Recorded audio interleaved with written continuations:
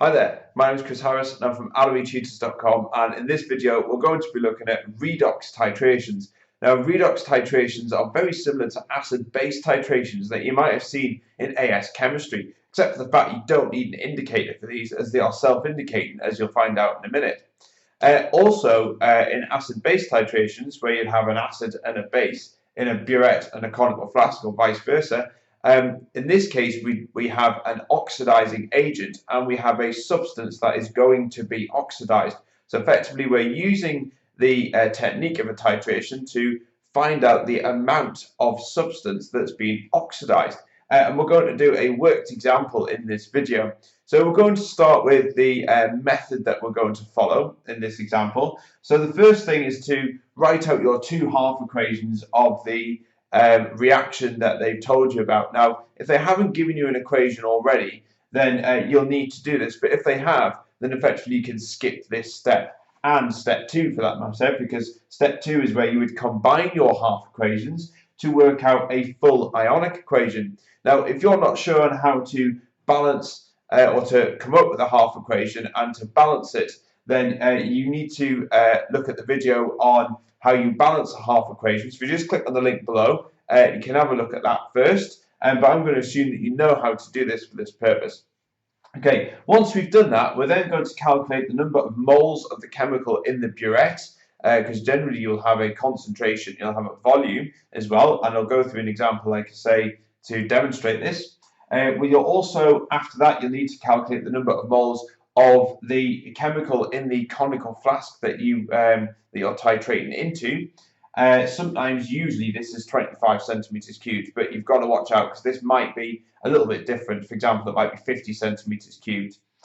We then work out the number of moles in the original solution, and we're going to look at again a specific example where I'll be able to demonstrate this, and then from this we're going to work out the mass of the original substance that was made in the solution. So let's look at this in terms of a question. So we've got 24.30 centimeters cubed of 0.010 moles per dm cubed, aqueous potassium manganate, and this reacted with 25 centimeters cubed of acidified iron sulfate.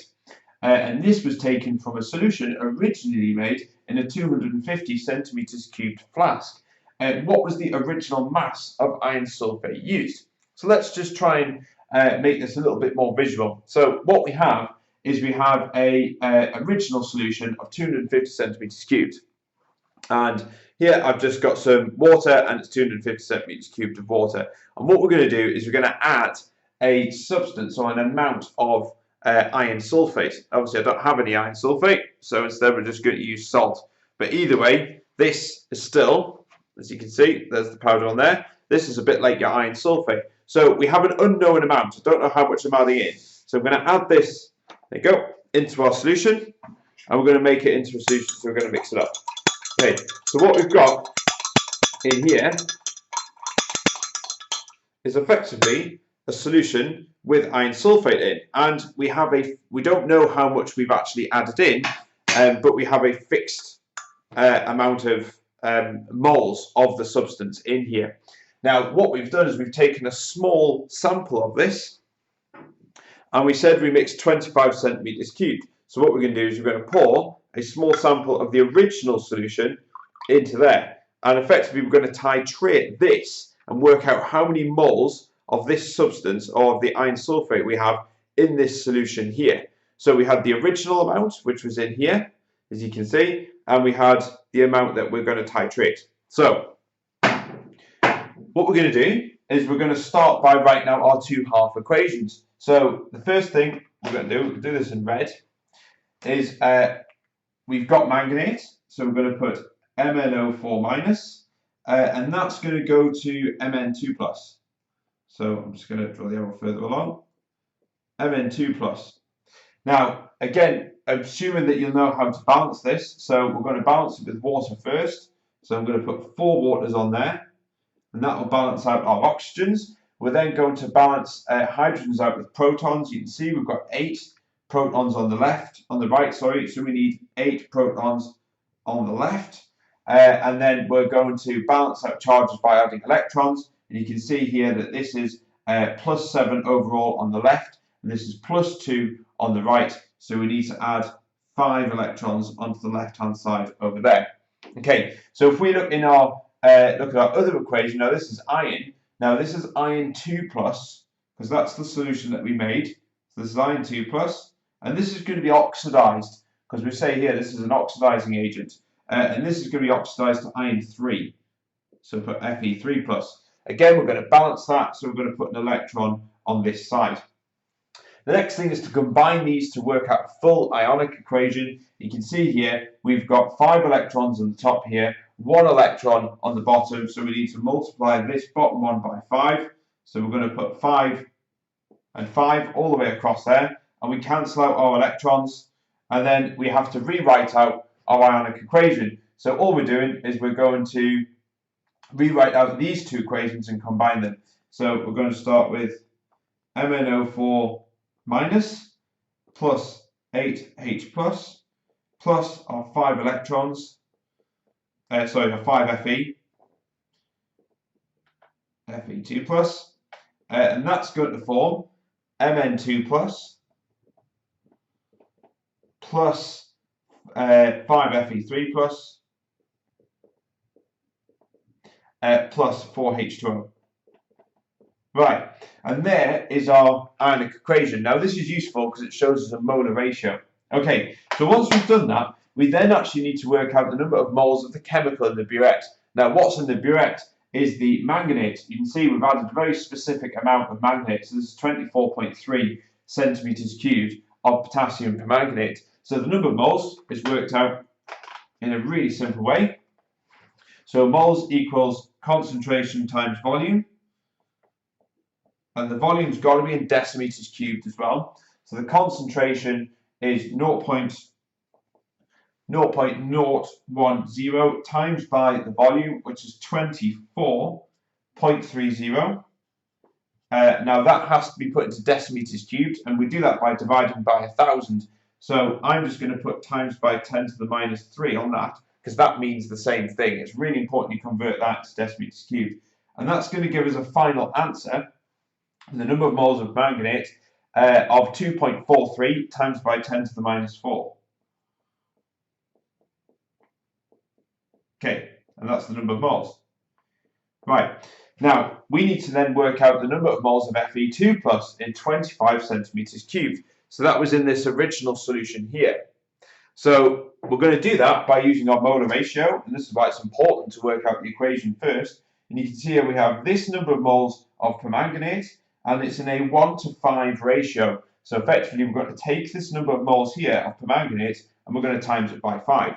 So we're going to do 2.43 times by 10 to the minus 4. And we're going to multiply that by 5, and that will tell us the number of moles of iron 2 plus in our solution, in our 25 centimeters cubed. And so this is going to be 1.215 times by 10 to the minus 3. And this is obviously moles. Okay, so this tells us how many moles of iron 2 plus we've got. This is only in 25 centimeters cubed though. Now what we need to do is work out the number of moles in the original solution that we had at the start, which is this here. Now obviously the number of moles in the solution that we titrated against, which was this one here, is obviously a lot less than the amount of moles that was in here, because we only took a portion of the original number of moles. So we need to work out how many we had originally in this one here. Now this is really easy to work out. All we have to do is we take the number of moles of iron 2 plus in 25. If we want to work out the original, which was 250 centimeters cubed, all we do is we take the number of moles in the 25 and times that by 10 to work out the number of moles in 250. So we're just going to do 1.215 times by 10 to the minus 3 times that one by 10 to work out how many moles we had in the original sample. And this is just 1.215 times by 10 to the minus 2 moles. And this is the number of moles of iron 2 plus in our original solution, our original sample.